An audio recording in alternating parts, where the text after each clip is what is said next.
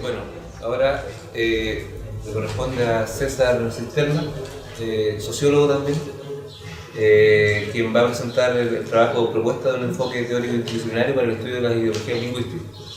La modalidad es la misma, 30 minutos y después, ahora nos alargamos un poquito, pero estamos muy interesante. Por favor. Porque yo le quería pedir sí que me avisara a los 15 minutos y a los 5 minutos. Ya.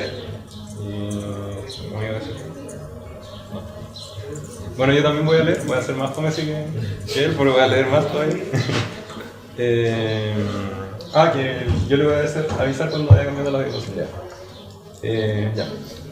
Bueno, mi tema tiene que ver con mi tesis de magíster, básicamente en torno a dificultades que se encuentra un sociólogo cuando entra al campo de la ideología lingüística. Son cosas súper específicas que me fueron pasando al momento de intentar problematizar este concepto de ideología, y a partir de eso surge un poco esta reflexión. Bueno, las ideologías lingüísticas constituyen, como todos saben, uno de los principales fenómenos estudiados en la sociolingüística. También se abordan otros conceptos para abordar estos modelos culturales, estas ideas sobre la lengua. Pero en la literatura internacional, la noción de ideología lingüística ha sido definida de una multiplicidad de formas.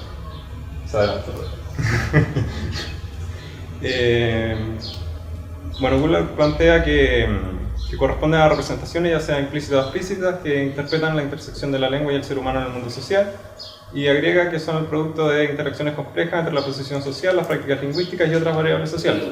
Spolky, por su parte, las describe como un conjunto de creencias que una comunidad de habla mantiene respecto a las prácticas lingüísticas apropiadas y que usa para asignar cierto valor o prestigio a otros aspectos de su propia lengua y a otras lenguas que puedan estar en contacto con esa lengua o no necesariamente en contacto tampoco.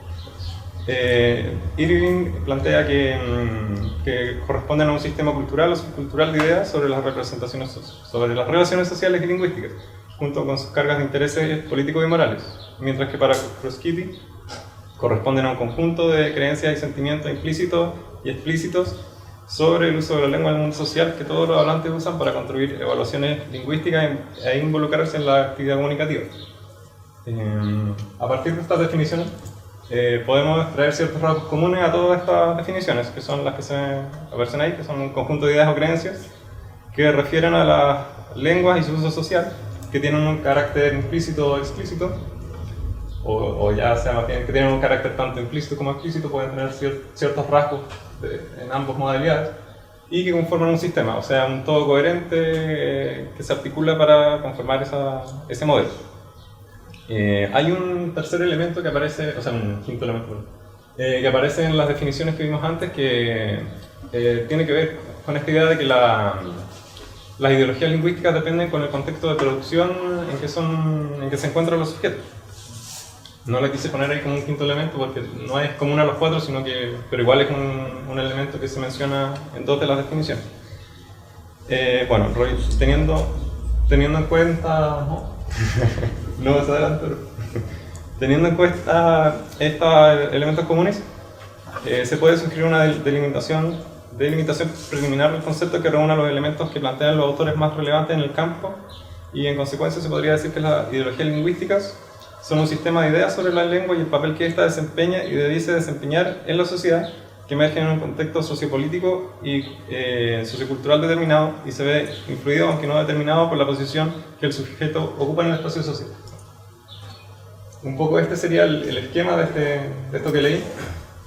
Abajo de las representaciones que aparecen, aparece mencionado el concepto de dominación y tres tipos de dominación sobre los cuales se va a profundizar más adelante. Me parece que eso es demasiado extenso para seguirlo ahora, así que lo voy a dejar para la segunda parte de la exposición. Voy a seguir profundizando en esta idea de emplear el enfoque de las representaciones sociales en el estudio de la ideología lingüística. En este sentido, bueno, marca ya a partir de la definición que entregué de ideología lingüística, se pueden marcar ya ciertas diferencias claras con otras nociones que hacen referencia a modelos culturales sobre la lengua, como las actitudes lingüísticas, que estas vendrían siendo más bien personales o referentes a un plano individual, lo que se suma a otros rasgos diferenciadores como el hecho de que las ideologías son un conjunto de ideas y creencias que conforman un sistema modelo cultural, mientras que las actitudes corresponden más bien a creencias y disposiciones que no necesariamente conforman un todo coherente, porque básicamente son disposiciones que pueden hacer referencia a elementos triviales como el valor estético de una lengua, pero no con una mayor se me fue la palabra en este momento, una mayor elaboración de trasfondo, por lo menos para ese individuo, porque si bien la ideología lingüística tampoco en el individuo pueden tener no necesariamente tienen esa elaboración reflexiva en el individuo, la ideología lingüística, al ser una expresión del plano colectivo, sí lo tienen como ideología. En esta versión abstracta de la ideología, porque me va a criticar seguramente. Entonces, al ser la actitud un fenómeno personal, pierden esta necesidad de ser tan reflexivas en el trasfondo. A pesar de que, como se ha expuesto, las diferencias con otras nociones que guardan relación con las percepciones que los sujetos tienen sobre la lengua quedan bastante claras, el enfoque de las ideologías lingüísticas no está libre de ambigüedades. Así queda evidenciado tanto en los trabajos sobre la materia realizados a nivel internacional como en aquellos realizados en el contexto nacional. Estos problemas guardan relación no solamente con la gran cantidad de definiciones que se han propuesto para el concepto, que ya vimos un poco, que hay muchas más que se pueden enumerar. Esta dificultad referente a la gran cantidad de definiciones se suma a otras que para mí tienen una consecuencia mucho más profunda o grave, si se quiere, al momento de querer emprender una investigación empírica o una investigación teórica sobre la ideología lingüística, que guarda relación con el tema de que no se explicita cuáles son las dimensiones componentes de la ideología lingüística.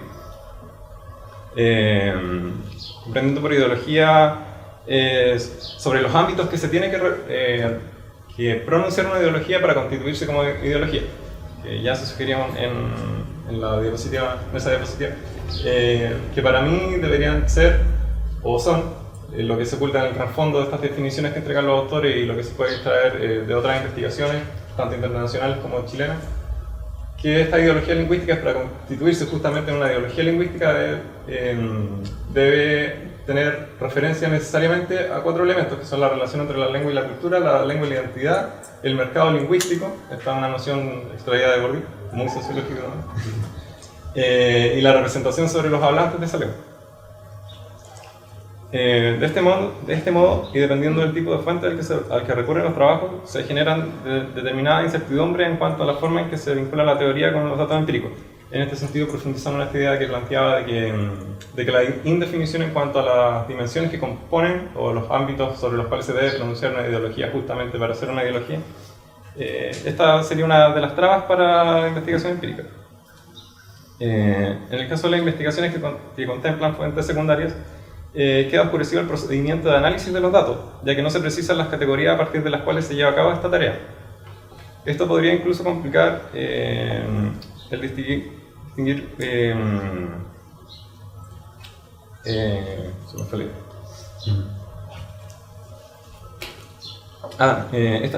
este sentido, esto podría complicar este sentido de esta idea de no tener herramientas para definir las dimensiones que comprenden una ideología al querer aplicarla a un análisis de textos secundarios, podría dificultar el tema de distinguir un texto válido para estudiar en ideología de uno que no. En el fondo podría ser, no sé, un texto que de 4 páginas que en un par de líneas diga que la lengua es bonita y no sé, cualquier otra cosa. Entonces se hace difícil distinguir si ese texto que se pronuncia en esas 2 líneas de una forma muy trivial a la lengua realmente evidencia cierta ideología lingüística o no. En este sentido, cabe preguntarse, ¿qué grado de complejidad debe tener la visión sobre la lengua plasmada en un texto para que se considere viable identificar en esta la ideología subyacente? ¿Basta con que se mencione alguna idea sobre la lengua? Lo que planteamos un poco. El problema adquiere aún mayor gravedad en el caso de estudios que se plantean en generar información o datos, vale decir, trabajar con fuentes primarias, que es la experiencia que les hablaba yo de mi tesis de magíster, que quiero estudiar ideología de un cierto grupo de sujetos concretos. En este escenario emerge la dificultad de fijar los tópicos sobre los cuales se recogerá la información y que entregará las directrices para el diseño del instrumento de recolección de datos. En ambos casos, la inexactitud respecto a las dimensiones que comprenden las ideologías lingüísticas, si bien no impiden realizar investigaciones, repercuten en una pérdida de auditabilidad de estas. Vale decir, la auditabilidad se refiere a la posibilidad de que otro investigador pueda seguir la pista o ruta de lo que el investigador original llevó a cabo. Esto con el fin de evaluar críticamente esa investigación. La auditabilidad ha sido propuesta por las personas o los autores que se dedican a estudiar el rigor de las investigaciones cualitativas como un criterio de calidad para las investigaciones cualitativas justamente. Planteando que si no se puede seguir la pista de lo que el investigador hizo, es difícil evaluar evaluar la calidad de esa investigación en el fondo, porque es como una caja oscura. En Chile los trabajos sobre los modelos culturales de la lengua, ideología y representación no se han visto exentos de estos inconvenientes. En el plano metodológico estos han empleado fuentes secundarias y primarias, pero en todos los casos dejan sin abrir la caja negra que comprende la operacionalización del concepto de ideología lingüística o de representación social de la lengua. No quería hacer alusiones personales, pero los trabajos de Cristian Lagos, por ejemplo, los de Darío Rodríguez, al acercarme, que fueron los primeros acercamientos que tuve al concepto de ideología para problematizar mi tesis, se me produjo justamente esa dificultad. No encontraba cuáles son las dimensiones que comprenden esta ideología lingüística. Entonces, para alguien que no viene, sobre todo alguien que no se ha dedicado a investigar el tema, o a un sociólogo que viene a otro campo, que se interesa en esta temática, se hace muy difícil poder plantear una investigación empírica o una argumentación teórica tampoco sobre ideología lingüística si no queda claro cuáles son los componentes que debe tener una ideología lingüística. Ahora, avanzando un poco más a mi propuesta, de lo anteriormente expuesto se desprende que existen al menos 2 argumentos que apuntan a la necesidad de construir un enfoque nuevo para aproximarse a la ideología lingüística. El primero de estos responde a la insuficiencia de la operacionalización conceptual y metodológica de los trabajos que la abordan, mientras el segundo guarda relación con la complejidad del fenómeno en cuanto a las variables que intervienen o las dimensiones que comprenden. Y en este sentido, un nuevo enfoque sobre ideologías lingüísticas debe responder 2 preguntas fundamentales.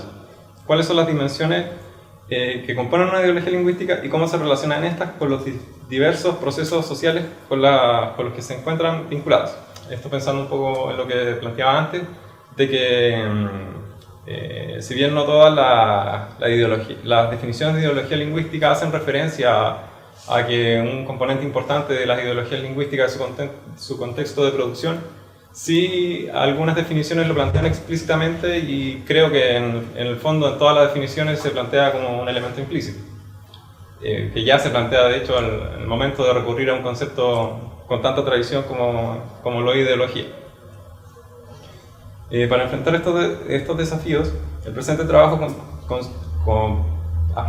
trabajo propone una construcción teórica que integre los aportes de la sociolingüística en la investigación sobre la ideología lingüística, la sociología del lenguaje de Pierre Bourdieu y el enfoque de representaciones sociales.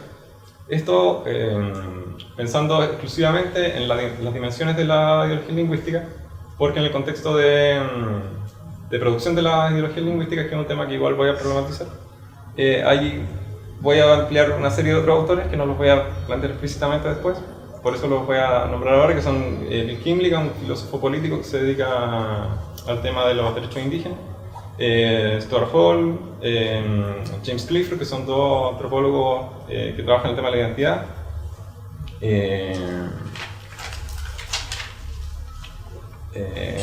Bueno, Bourdieu y otros autores que en este momento se me van.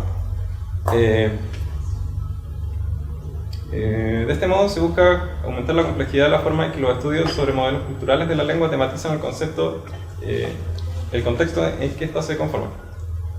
Se ha optado por la perspectiva de las representaciones sociales por dos motivos.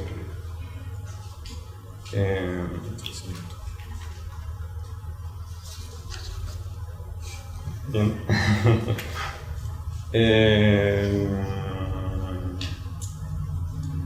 Bueno, el primer argumento para recurrir al tema de las representaciones sociales es que ya ha sido estudiado, o sea, ya ha sido empleado para estudiar los modelos culturales de la lengua, con éxito. Aunque si bien persiste este problema de representaciones en torno a qué elementos, se puede hablar ya de una representación sobre la lengua.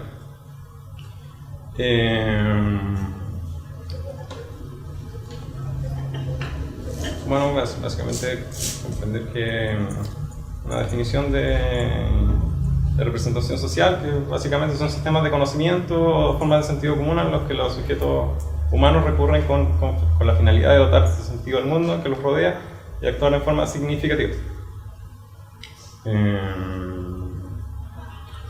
Bueno, las ventajas que tiene incorporar el enfoque de las representaciones sociales al estudio de las ideologías lingüísticas son básicamente, la primera de ellas es incorporar explícitamente el ámbito de la práctica lingüística al estudio de la ideología lingüística, que también es un elemento implícito, pero no está patente, no está claro, clarificado que así sea.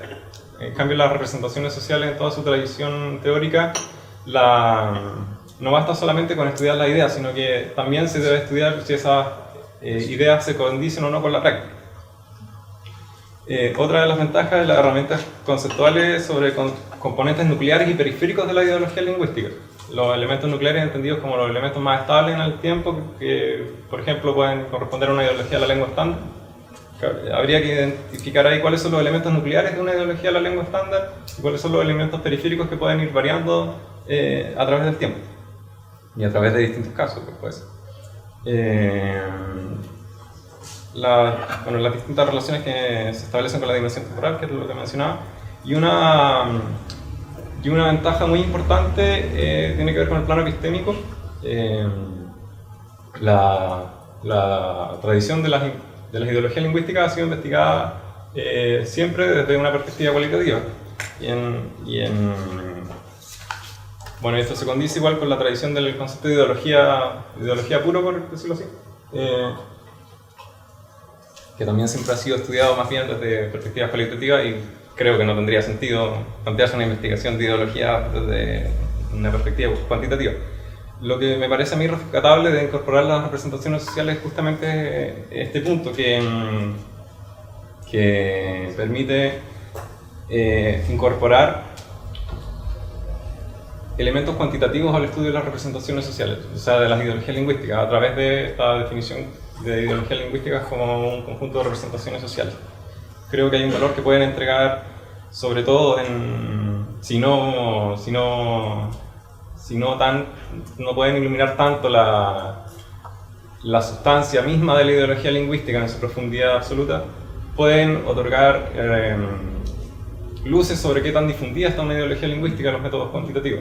Creo que es un gran valor que la perspectiva de la ideología lingüística, como se ha planteado hasta ahora, no puede dar respuesta tan convincentemente, por los problemas de generabilidad que tienen los métodos cuantitativos, o sea, cualitativos. Bueno, de este modo se propone concebir a las ideologías lingüísticas como un conjunto de representaciones sociales relativas a las relaciones entre lenguas, sus hablantes, el poder, la cultura y la identidad, cuya conformación se ve influida, aunque no determinada, por el contexto de producción y que se encuentra orientada hacia la modificación o mantención del status quo de las relaciones sociolingüísticas. ¿Y cuánto tiempo me queda? 10. Ah, ya. Alcanzamos. Sí. Ahora voy a profundizar un poco en esta idea que les planteaba al principio del contexto de producción de la ideología lingüística, que también es dable problematizar porque si bien los lingüistas usan elementos teóricos como las relaciones de poder, la identidad, la cultura, me parece a mí, como sociólogo, que son empleadas no como elementos accesorios a la concepción teórica o al modelo teórico que se emplea en las investigaciones y no forman parte sustancial de cómo se está estudiando la ideología lingüística. Bueno, planteo que la ideología, o sea, que la lengua encarna una tecnología de poder, que es una naturaleza ágrafa o escrita, como ya se ha planteado en otros trabajos, determina las posibilidades de complejización de un sistema político en una sociedad determinada. Esto ha sido planteado por Derrida, por Gellner y otros autores que se han dedicado a estudiar este tema. Básicamente esto se plantea como un ejemplo de la relación entre la lengua y el poder. Bueno, Bourdieu dice que un elemento fundamental, o leyendo desde Bourdieu, más que lo diga Bourdieu, leyendo desde Bourdieu esta idea de que las sociedades con Estado, por decirlo así, pueden tener origen solamente en sociedades ágrafas, o sea, en sociedades con escritura, implica la necesidad de una unificación del mercado lingüístico. De nuevo entra esta idea de la relación entre lengua y poder. En estos estados colonizadores implicaría la unificación del mercado lingüístico porque las personas con lengua ágrafa no podrían estar incorporadas a todas las dinámicas propias de un estado. Acá voy a ejemplificar un poco cómo concibo yo este contexto de producción de la ideología lingüística con el caso mapuche, que es el caso que más me he dedicado a estudiar. Me siento más como familiarizado con las investigaciones en este tema, así que me parece el ejemplo en el que estoy más capacitado para ponerlo como caso a discutir. En el caso de los chilenos y mapuches, la unificación del mercado lingüístico fue uno de los principales mecanismos de asimilación que tuvieron lugar tras la conquista de la Araucanía por parte del Estado chileno. El mapudungun era visto como una manifestación propia del paleolítico debido a su carácter ágrafo, idea que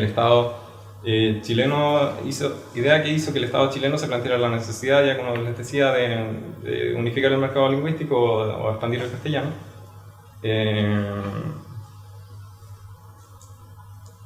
Bueno, es por una parte por este desdén de las lenguas con escritura hacia las lenguas ágrafas, y por otra para poder materializar la dominación simbólica, vale decir la imposición de la cultura mayoritaria sobre el grupo minoritario que termina por internalizarla a través de restricciones no conscientes. Esta idea de que la dominación simbólica requiere la unificación del mercado lingüístico guarda relación con la concepción que se tiene en Occidente de educación, obviamente, que es un sistema institucionalizado que requiere una lengua escrita para llevar la enseñanza en términos masivos. Pero los efectos de la nueva configuración no se detienen ahí, ya que trae consecuencias a nivel de la identidad. A este respecto, cabe precisar que la noción esencialista, inmutable y purista de la identidad ha sido hace mucho calificada como inaplicable a la realidad social de la modernidad, aunque mi colega se molesta. Por ende, la identidad debe ser entendida como un mecanismo de organización social que establece una distinción nosotros-otros, esto desde la perspectiva de Frederick Barr, que se articula mediante la construcción discursiva que se vale de recursos como la historia, la cultura y la lengua. La devaluación del capital lingüístico y el capital cultural genera un escenario en el cual para participar de la sociedad nacional solamente se permite las prácticas culturales y lingüísticas del grupo étnico que ejerce dominación simbólica, y así la identidad del grupo minoritario pierde valor. En efecto, este fenómeno, que determina los criterios de inclusión y exclusión, es descrito por Barth como dominación étnica, puesto que la identidad minoritaria pierde utilidad en la sociedad mayor, lo que implica que para participar de esta, los miembros del grupo minoritario deben adoptar la identidad mayoritaria. Bueno, esto refuerza nuevamente los procesos de dominación lingüística y dominación simbólica, obviamente.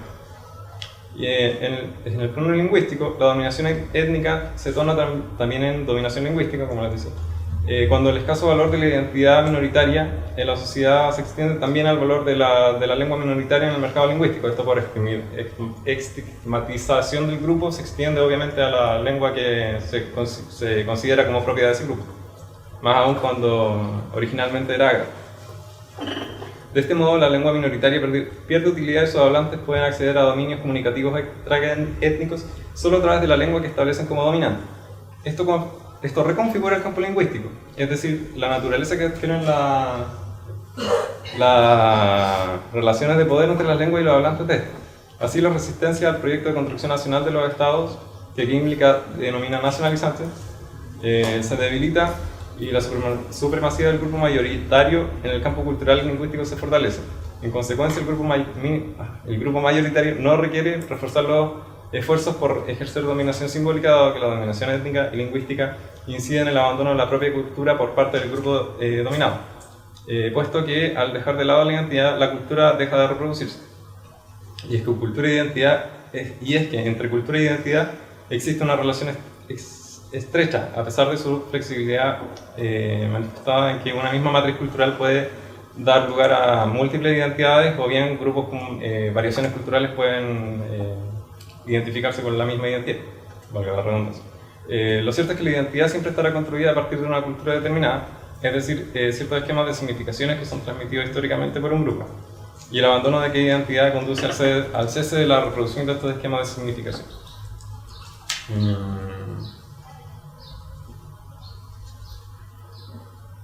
Bueno, básicamente esa es la idea.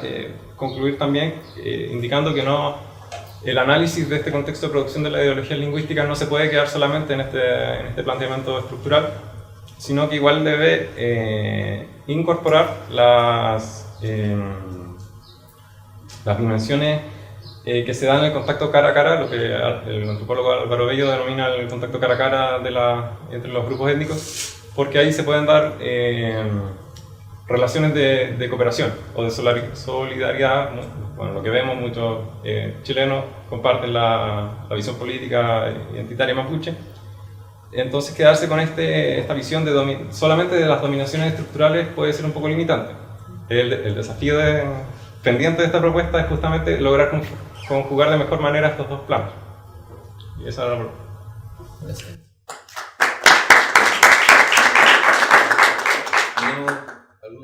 ¿Alguna cosa para preguntar, Pablo?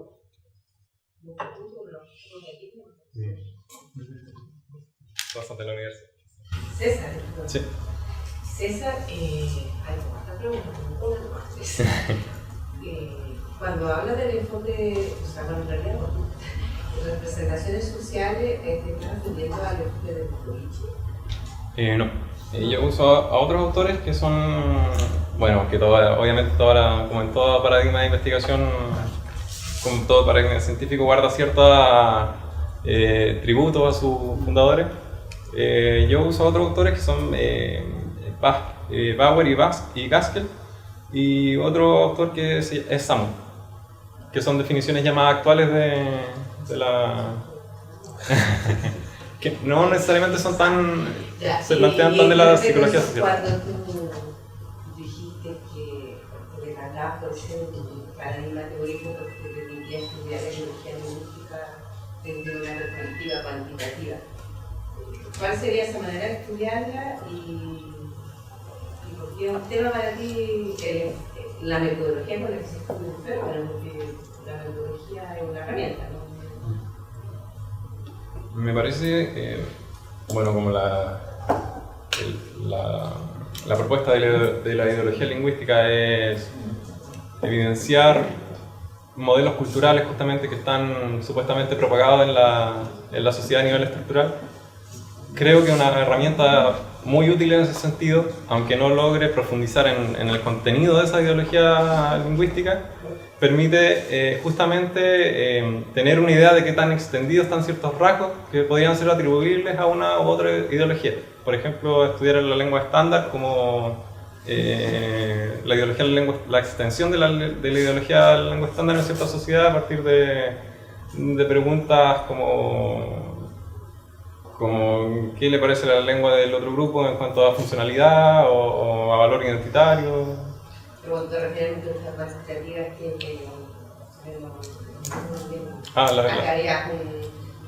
eso implica básicamente trabajar con estadística descriptiva, inferencial, bueno, y otras más. Bueno, para estudiar la extensión de un fenómeno en un grupo social desde una perspectiva cuantitativa necesariamente tendría que ser desde un enfoque de estadística inferencial. Y ya entrando ya más a las técnicas como de recolección de datos, las tradicionales, podrían ser escalas y encuestas. Y según el que yo no soy tema, soy psicólogo, pero ¿y a ti te parece que tal como se abordar la metodología lingüística por una metodología cuantitativa, encuentras que hay una falencia? No. O que no puedes, a partir de los trabajos que he publicado, no puedes llegar a desagregar el método. No, para nada. Me refería básicamente lo cuantitativo ya no surge esta ventaja de incorporar las representaciones sociales que podría permitir incorporar lo cuantitativo, nos surge como una crítica a la tradición de investigación en ideologías lingüísticas que tiene la sociolingüística, sino que es un componente aparte que se trae al estudio, que puede agregar cierto valor o no, está por verse, al estudio de precisamente este fenómeno. Obviamente, si uno estudia ideología lingüística, que son modelos de creencia, modelos culturales, lo fundamental van a ser siempre los métodos cualitativos. En ese sentido, la tradición de investigación de sociolingüística no tiene una falencia metodológica. Mi único reparo explícitamente contra la tradición de sociolingüística es esta indefinición de las dimensiones que componen la ideología lingüística. Claro, eso no es un problema de la metodología, es un problema de visión. Sí. Pero, ¿por qué te pregunto homofobismo? Hasta donde yo sé que no te equivocas, en ese enfoque de representaciones sociales se trabaja con una metodología lingüística cualitativa. Sí, pero... no sé si los autores que tú señalas que yo conozco... Sí, Bauer y Gaskell precisamente aportan esta idea de que las representaciones sociales no necesariamente deben ser cualitativas, sino que permiten compatibilidad epistémica con modelos de investigación cuantitativos también. Obviamente también pasan en el tema de las representaciones sociales, que también son, como lo planteaba, modelos de creencias también, un conjunto de creencias. Tampoco se va a poder estudiar en profundidad desde el enfoque cuantitativo. No, creo que me están malinterpretando, me están viendo como un cuantitativista, pero no. Yo estoy aclarándome, no, para mí siempre van a ser el método primordial para estudiar la ideología lingüística, siempre va a ser el método cualitativo, igual las representaciones sociales. La metodología cuantitativa puede aportar ciertos elementos nomás, pero no va tampoco a ser determinante en cuanto a la calidad, digamos, de la información empírica que se tiene, más allá de esta idea de qué tan generalizado está cierto fenómeno. Porque para para poder caracterizar una ideología lingüística no se va a hacer por escala, dando preguntas y respuestas preestablecidas al sujeto.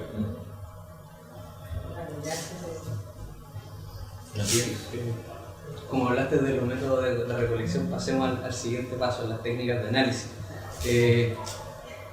¿Tienes cosas pensadas respecto a los modelos que te gustaría proponer?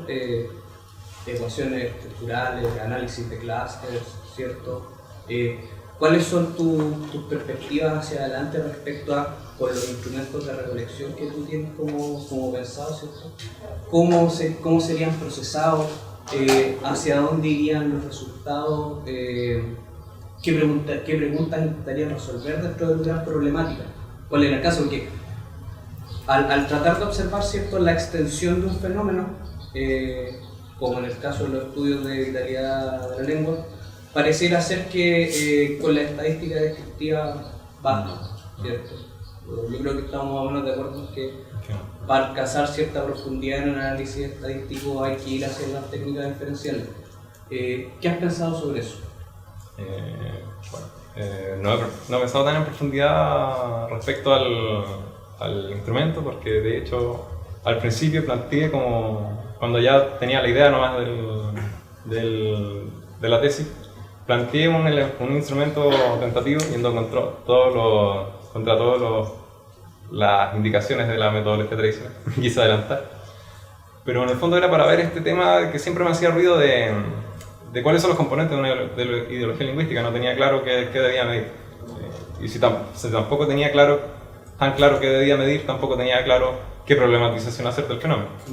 Y ahora, pasando al tema de las técnicas de análisis, bueno, ciertamente coincidimos en que el valor de incorporar estadística descriptiva, de recurrir a metodología cuantitativa para usar estadística descriptiva en el análisis, para eso mejor quedémonos con solamente lo cualitativo. Creo que lo inferencial es lo fundamental. Respecto a las técnicas inferenciales particulares, ahí habría que ver qué calidad de datos o qué tipo de datos estamos en condiciones de recoger para hacer, como planteas tú, ecuaciones estructurales, modelos de regresión, ANOVA, análisis de clúster. Pero el análisis de ANOVA, por ejemplo, me parece un elemento fundamental para distinguir un poco las diferencias entre los grupos. ¿Y los factoriales de componentes? También. Rodrigo. Porque justamente eso también podría ser una herramienta adicional para justamente las dimensiones. Dentro de la definición que tú presentaste, está incluido que la ideología de la lingüística se consideran un todo coherente. Mi pregunta justamente es si eso será tan así. ¿Qué crees tú? Y en el caso de no ser así, porque bueno, también presentaste, hay fundamentalmente varios autores, bastante Bourdieu en la idea de la conformación de la unificación del campo social, del campo lingüístico, pero bueno, eso es una idea también del Estado que somete una lengua que la construye una como lengua legítima y otra como lengua no legítima. Pero ¿será efectivamente tan unificado? ¿Serán tan compartidas? ¿Serán tan coherentes socialmente? ¿Qué tanta variación habrá? Incluso entre los mismos sujetos, ¿no tenemos contradicciones en la ideología lingüística los sujetos? Porque ahí se presenta el problema de lo micro, que también lo mencionaste al final. Y también es importante de poner el ojo en lo micro, ¿no? Ese es mi pregunta. Bueno, antes una aclaración que se me escapaba de las preguntas anteriores, es que también las metodologías cuantitativas pueden servir como elemento de triangulación para los datos levantados cualitativamente. Respecto al tema de si las ideologías son un todo coherente, una vez más volvemos a este plano de abstracción. Las ideologías lingüísticas, como parcializándolas en ideologías puristas, ideologías de la lengua estándar, ideologías románticas, claro que son un todo coherente porque tienen ciertas características y son tipos ideales, no son constructos observables en la realidad así como se plantean en la teoría. O sea, queriendo decir, estos tipos de ideales tú no te vas a encontrar con el tipo ideal en la realidad. En la realidad, cuando tú te entrevistas con el sujeto, obviamente pueden surgir elementos de las distintas ideologías, elementos contradictorios. Entonces creo que es perderse un poco esta idea de querer traspasar los tipos ideales, que son una construcción teórica, analítica, un ejercicio netamente intelectual, a intentar decir que eso sería lo que se da en la realidad. Y lo otro es lo de la unificación del mercado lingüístico. Claramente eso también fue un deseo del Estado del siglo XIX, no también actual, pero no tan rígido ahora. Claramente el mercado lingüístico unificado pasa lo mismo un poco, es una abstracción. Tampoco se va a dar necesariamente un mercado lingüístico unificado en ninguna parte de la realidad, porque una vez más un tipo de idea que se usa para analizar la realidad. La única forma de unificar un mercado lingüístico en la realidad sería un régimen totalitario absoluto que ya prácticamente se metiera un guardia a tu casa para que no hablaras otra lengua. Entonces todo esto, a lo que me refería yo con esta idea de traspasar esta problema o tematización, modelo teórico, marco teórico a nivel estructural, al nivel individual, justamente guarda relación con más allá de esta idea de confundirse entre los planos, guarda relación con justamente problematizar y poder plantear ciertas hipótesis o ciertos argumentos que permitan analizar cómo se da justamente en cada sujeto la convivencia entre las distintas ideologías, cómo se dan dentro de esas distintas ideologías que tiene el sujeto, distintas relaciones entre estos elementos que son el poder, la cultura, la lengua y la identidad. Creo que ese es el gran desafío del modelo que propongo. Sí, bueno. Quisiera hacer un comentario. En primer lugar, bueno, comparto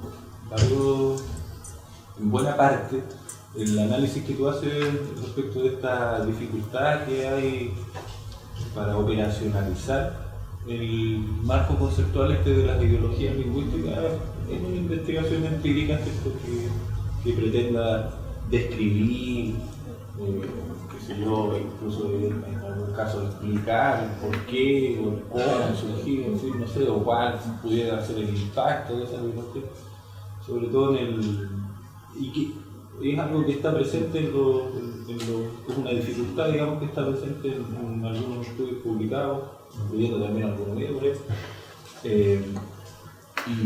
Pero yo pienso también, evidentemente, que todas estas cuestiones tienen que ver con los puntos de partida o las coordenadas de las cuales surgen estas cuestiones. La ideología, el concepto, el marco conceptual de la ideología lingüística nació de un lugar, de un conjunto de personas que pertenecen a una comunidad académica, digamos, a una comunidad epistémica que en realidad no tienen un interés específico. Que están dados por tu procedencia de formación. De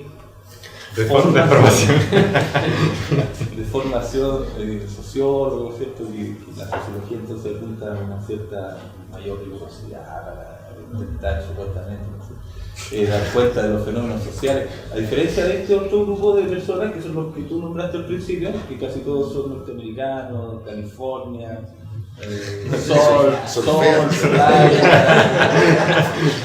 sol y playa, sol un poquito hippie también, un poquito hippie, y entonces lo que hacen ellos es no se preocupan de esta reflexión tan profunda y por eso la respuesta tan mal que no lo hagan. Entonces lo que ellos hacen es fundamentalmente, o la coordenada de la cual ellos se instalan es una suerte de etnografía reflexiva. Y como diría Chino Ríos, no están ni ahí con nosotros. Chino Ríos no es nuestro tenista, no están ni ahí con nosotros. Y publican su libros. Y así fluye también la cuestión de la construcción, ahora, del conocimiento y los abordajes. Imagínate que nosotros, algunos acá, supuestamente somos lingüistas, ¿cierto? Yo tengo un grado así, y desde ahí nosotros se supone que somos más o menos buenos para analizar cuestiones así por ejemplo, que implican unidades, niveles de análisis lingüístico, de fonema, de morfémico, pero por querer comprender también estos otros fenómenos que son de alcance más macro, nos vamos metiendo a otros campos. Y no necesariamente tenemos esa... Entonces muchas veces lo que hacemos es bypassear también esa discusión más profunda que tú planteaste. Así que bueno, En una racionalidad selectiva. claro. O sea, comparto totalmente, comparto en buena medida lo que tú planteabas. Me haré cargo de ahora. Bueno, un cafecito ahora.